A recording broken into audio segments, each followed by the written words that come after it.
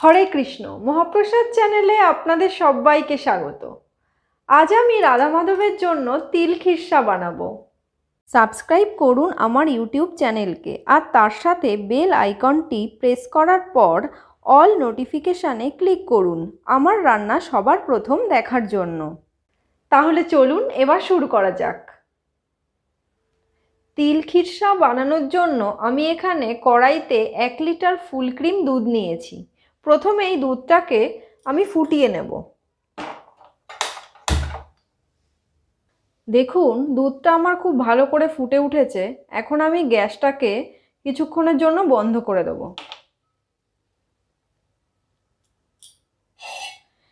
এবার এই দুধ থেকে আমি কিছুটা দুধ একটা পাত্রে তুলে নেব।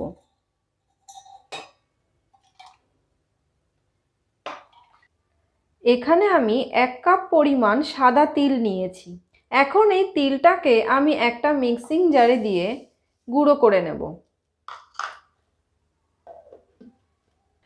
তিলটাকে আমি গুঁড়ো করে নিয়েছি, দেখুন ঠিক এরকম হবে। তিল বাটার পর ওই মিক্সিং জারের মধ্যেই আমি এখানে 4 চামচ পরিমাণ গোবিন্দভোগ চালকে 2-3 ঘন্টার জন্য জলে ভিজিয়ে রেখেছিলাম। এখন এটা জল ঝরিয়ে নিয়ে এই মিক্সিং জারের মধ্যে দিয়ে দিচ্ছি। এবার ওই চালের মধ্যে আমি যে দুধটা তুলে রেখেছিলাম তার থেকে 1 হাতা পরিমাণ দুধ দিয়ে দিলাম। দিয়ে চালটাকে খুব ভালো করে আমি মিক্সিতে বেটে নেব। চালটা আমি বেটে এই বাটিতে ঢেলে নিয়েছি, দেখুন এরকম হবে। আমি এখানে গোবিন্দভোগ চাল বেটে নিয়েছি। আপনারা চাইলে এখানে চালের গুঁড়োকে দুধের মধ্যে গুলেও দিয়ে দিতে পারেন। এবার মিক্সিতে গুঁড়ো করে নেওয়া তিলের মধ্যে আমি বাকি যে দুধটা তুলে রেখেছিলাম, আমি মোট 6 হাতা দুধ তুলে রেখেছিলাম। তার থেকে 1 হাতা দুধ দিয়ে আমি চাল বেটেছিলাম, বাকি 5 হাতা দুধ আমি এর মধ্যে দিয়ে দিচ্ছি। দিয়ে তিলের সঙ্গে দুধটাকে খুব ভালো করে আমি গুলে নেব। দুধটা কিন্তু গরম অবস্থা দেওয়া যাবে না, একটু ঠান্ডা হলে তবেই দিতে হবে।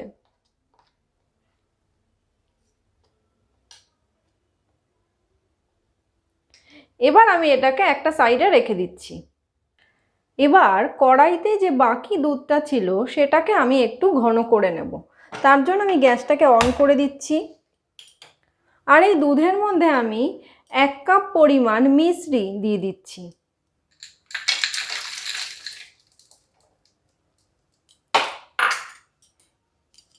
এই মিশ্রি দিয়ে দুধটাকে ফুটিয়ে একটু গাঢ় করে নেব আমি। প্রায় 20 মিনিট ধরে মিডিয়াম ফ্লেমে আমি দুধটাকে ফুটিয়ে একটু ঘন করে নিয়েছি। দেখুন দুধটা প্রায় অর্ধেক হয়ে গেছে। এখন আমি গ্যাসের ফ্লেমটা একদম কমিয়ে দিয়েছি। কমিয়ে দিয়ে আমি এর মধ্যে যে তিলের সঙ্গে দুধটা মিশিয়ে রেখেছিলাম সেটাকে এর মধ্যে দিয়ে দিচ্ছি।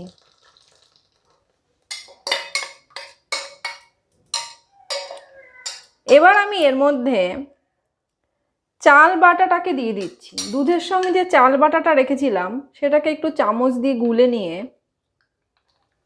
এর মধ্যে দিয়ে দিচ্ছি। এবার খুব ভালো করে মিডিয়াম থেকে একটু লো ফ্লেমে এটাকে কিছুক্ষণ নাড়াচাড়া করে যেতে হবে। এইভাবে কার্তিক মাসে পায়েস বানিয়ে যদি রাধা মাধবকে ভোগ অর্পণ করা হয় তাহলে বলা হয় সেটা খুব ভালো। আর সেটা যদি তিলের পায়েস হয় তাহলে তো আর কোনো কথাই নেই, রাধা মাধব খুব সন্তুষ্ট হন। তাই আপনারাও এইভাবে বাড়িতে তিলের পায়েস বানিয়ে রাস পূর্ণিমাতে রাধা মাধবকে ভোগ অর্পণ করবেন। আর আমাকে কমেন্ট করে জানাবেন যে আপনাদের কেমন লাগলো। এইভাবে অনবরত আমি নাড়াচাড়া করে যাব আর এটাকে কিছুক্ষণ নাড়াচাড়া করে ঘন করে নেব। এটাকে 3-4 মিনিট ধরে নাড়াচাড়া করার পর দেখুন কেমন ঘন হয়ে এসছে। আমি গ্যাসের ফ্লেমটা একদম কমিয়ে দিচ্ছি। এবার আমি এর মধ্যে 1 চামচ পরিমাণ দেশি গাওয়া ঘি দিয়ে দিচ্ছি। এবার ঘিয়ের সঙ্গে এটাকে খুব ভালো করে নাড়িয়ে চাড়িয়ে মিশিয়ে দেব। এটা কিন্তু কন্টিনিউয়াসলি নাড়াচাড়া করতে হবে, তা না হলে কিন্তু তলায় ধরে যাওয়ার একটা সম্ভাবনা থাকবে। দেখুন ঘিয়ের সঙ্গে খুব ভালো করে এটা মিশে এসছে। এবার আমি গ্যাসের ফ্লেমটা বন্ধ করে দেব, আর বন্ধ অবস্থায় এটাকে নাড়াচাড়া করে বাকি ঘিটাকে মিশিয়ে দেব। দেখুন ঘিটা খুব ভালো করে এখন মিশে গেছে। এখন আমি কড়াইটা গ্যাস থেকে নামিয়ে নেব। আমি রাধা মাধবকে ভোগ দেওয়ার জন্য একটু তিলখিরসা রাধা মাধবের ভোগের বাটিতে তুলে নিয়েছি। এখন আমি এর ওপরে একটু পেস্তা বাদামের কুচি দিয়ে দিচ্ছি।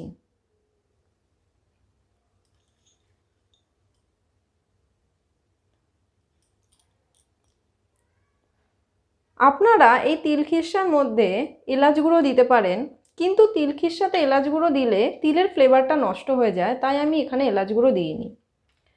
এবার আমি এর মাঝখানে একটা তুলসী পাতা বসিয়ে দিচ্ছি, দিয়ে এটা রাধা মাধবকে এখন আমি ভোগ অর্পণ করব। আপনারাও বাড়িতে এরকম তিলখিরসা বানাবেন আর রাধা মাধবকে ভোগ অর্পণ করবেন। আর আমার এই তিলখিরসার রেসিপিটি যদি আপনাদের ভালো লেগে থাকে তাহলে এই ভিডিওটি লাইক ও শেয়ার করতে ভুলবেন না।